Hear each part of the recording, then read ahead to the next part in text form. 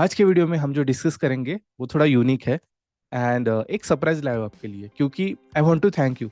हमारा चैनल काफ़ी नया है, लेकिन जो रिस्पांस आपने दिया है, जो एंगेजमेंट हमारे वीडियोस पे आ रही है, दैट इज़ ओवरवेलमिंग। सो मुझे आपको थैंक यू बोलना था और सोचा क्या मैं कुछ कर सकता हूँ स्पेशल, कुछ अलग अपने व्यूअर्स के लिए, अपने सब्सक्राइबर्स के लिए। तो मैंने सोचा कि यार अभी मार्केट में एक नया टूल आ रहा है जिसके बारे में किसी को पता नहीं। काफ़ी नया टूल है एंड आने वाले टाइम पे ये काफ़ी डिमांड में रहेगा। इतना डिमांड में रहेगा कि एक लेगेसी जो डेटा विजुअलाइजेशन का सॉफ्टवेयर है, पावर बीआई, इस सॉफ्टवेयर को ये टूल रिप्लेस कर सकता है आने वाले टाइम पे। तो ये टूल क्या है, इसके एप्लीकेशन में ऐसा क्या है जो इसे बहुत एक पावरफुल प्रोस्पेक्ट बनाता है, आप इस टूल को कैसे सीख सकते हो, एंड लास्टली क्या कुछ क्रिटिकल एलिमेंट्स है जिसके वजह से ये टूल स्टैंड आउट होता है, ये हम देखेंगे इस वीडियो में। चलिए शुरू करते हैं।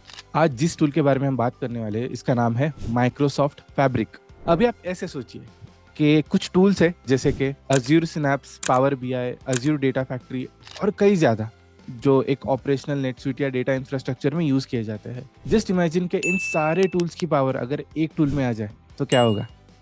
यही आइडिया थी बिहाइंड माइक्रोसॉफ्ट फैब्रिक, कि जब एक वर्क फ्लो होता है वो अलग अलग पिलर्स के साथ आता है, जहाँ पे आप डेटा कलेक्ट करते हो या फिर इंटीग्रेट करते हो, उसको मैनेज करते हो, एनालाइज करते हो, फिर उन आउटपुट आता है in terms of your insights and other required variables.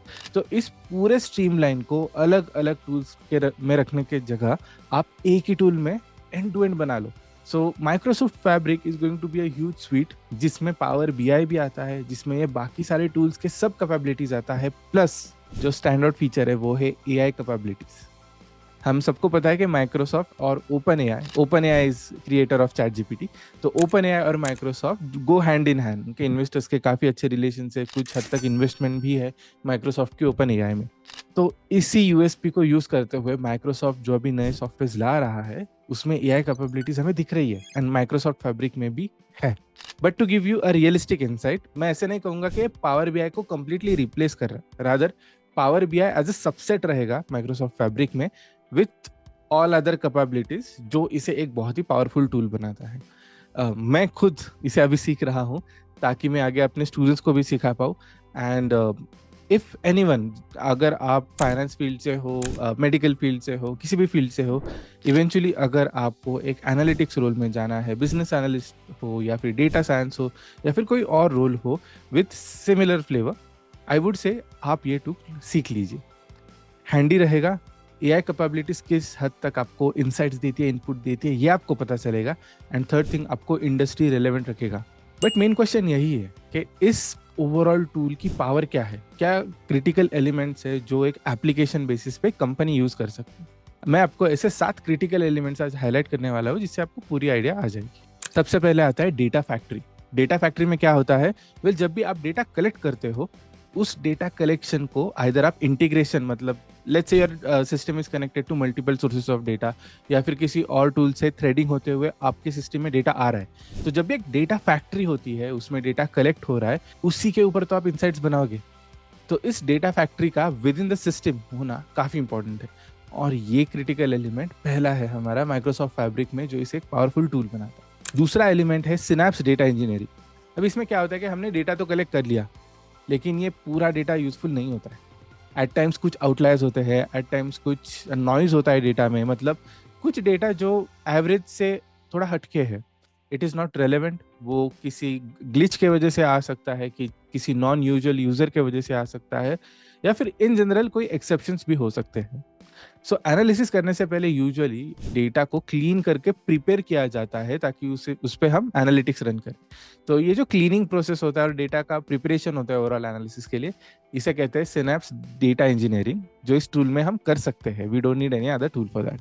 हमारा तीसरा एलिमेंट है सिनैप्स डेटा साइंस। अभी हमने डेटा तो प्रिपेयर कर लिया है, हम एनालिसिस स्टार्ट कर सकते हैं, लेकिन यहाँ पर we have artificial intelligence.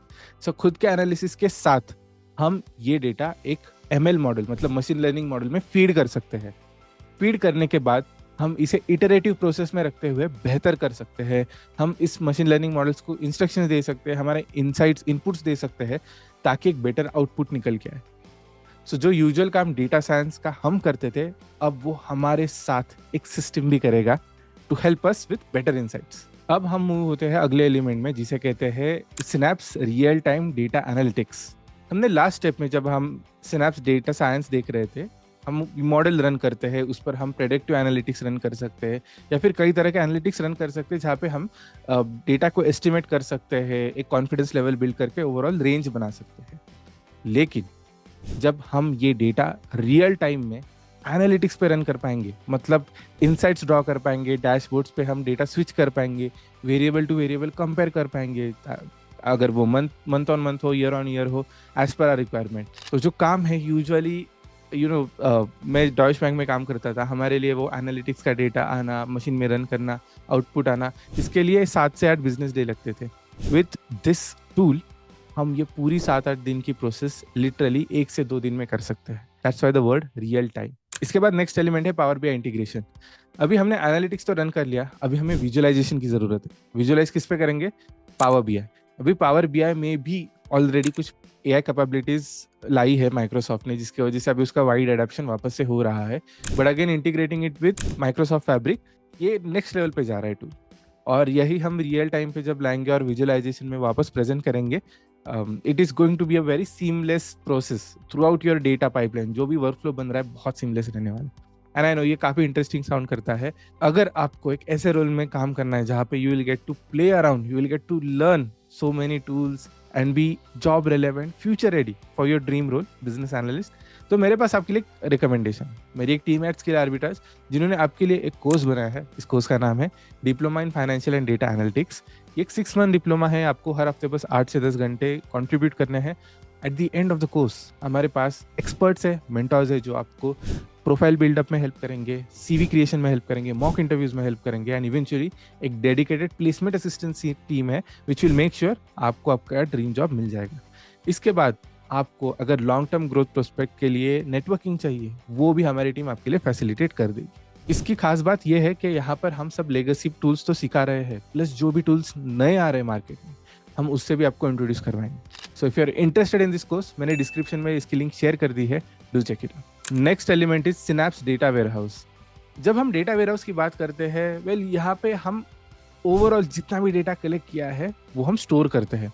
Major objective होता है डेटा वेयरहाउस का कि जब भी हमें डेटा लगे, एफिशिएंट वे में बस एक क्वेरी शेयर करते हुए हम स्पेसिफिक डेटा एक्सट्रैक्ट कर सकते हैं।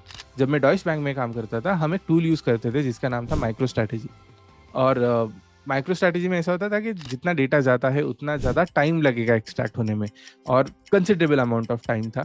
अभी वो थोड़ा कॉन्फिडेंशियल डेटा है कि एग्जैक्टली कितना टाइम लगता है वो मैं बता नहीं सकता, but considerable amount of time लगता था। But with improved capabilities now, यहाँ पर जब हम रियल टाइम डेटा की बात करते हैं, एफिशिएंसी इज मल्टीफोल्ड। तो आपको अलग से एक और टूल की ज़रूरत नहीं है, यहाँ पे माइक्रोसॉफ्ट फैब्रिक में ही पूरा आ जाएगा। And just to give you a comparative view, मैं डॉइश बैंक की बात करता हूँ। डॉइश बैंक में कैसे होता था कि MIS system, MIS is management information system, वहाँ से डेटा आ रहा है डेटा वेयरहाउस में, उसमें से हम फिर डेटा एक्सट्रैक्ट करके उस पर कुछ क्लीनिंग प्रोसेस रन करते हैं थ्रू आवर ओन सॉफ्टवेयर जो इन हाउस बिल्ड थे। फिर हम एनालिटिक्स के लिए क्लिक व्यू जैसे टूल्स यूज़ करते थे, फिर टैबल्यू भी हमने कुछ टाइम के लिए यूज़ किया था। उसके बाद वो एक वापस क्यूए के लिए और एक एनालिटिक्स टूल में चला जाता है, एंड एंड में हम रिपोर्टिंग के लिए भेज देते हैं। अलग अलग tools were there for every step.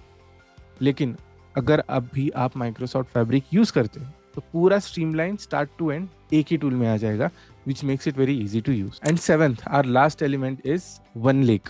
अब डेटा लेक क्या होता है? वेल, डेटा वेयर हाउस में ओवरऑल एक डिपार्टमेंट का, एक सिस्टम का, एक फंक्शन का डेटा आता है जो कंसिडरेबल होता है। लेकिन कई सारे सिस्टम्स के डेटा अगर हमें स्टोर करने हो तो क्या लगेगा? We need a data lake, जहाँ पे हम बहुत बहुत बहुत सारा डेटा स्टोर कर सकते हैं। इतना ही नहीं, उसे एक स्ट्रक्चर्ड वे में स्टोर कर सकते हैं। अगर बहुत कॉम्प्लेक्स डेटा है तो उसे हम क्वेरीज थ्रू ऐसे मॉडिफाई कर सकते हैं कि जब भी हम एक स्पेसिफिक क्वेरी शूट करेंगे हमें वो डेटा मिल जाएगा। तो ये कैपेबिलिटी होना बहुत इंपॉर्टेंट है। your speed matters, your efficiency matters, and that is being taken care with Microsoft Fabric. My best estimate is कि आने वाले टाइम पे जो भी जायंट्स है, इंडस्ट्री जायंट्स, किसी भी सेक्टर के टॉप 20-50 कंपनीज उठा लो, जो बहुत ज़्यादा डेटा कलेक्ट करते हैं, उस पर काम करते हैं, उसके ऊपर डिसीजंस लेते हैं, specially in B2C market and then B2B market. तो यहाँ पर ऐसे tools game changer role play करते हैं, और ऐसे टूल्स सीखने वाले एम्प्लॉयज़ वो गेम चेंजर बनते हैं। So my strong recommendation would be keep yourself updated, legacy software तो जरूर सीखना, that will get you introduced you to all this functionalities. लेकिन इवेंचुअली जो भी नए सॉफ्टवेयर आ रहे हैं, I will keep you updated with the same, जरूर सीखते रहना। Thank you for watching the video, I will see you in the next one.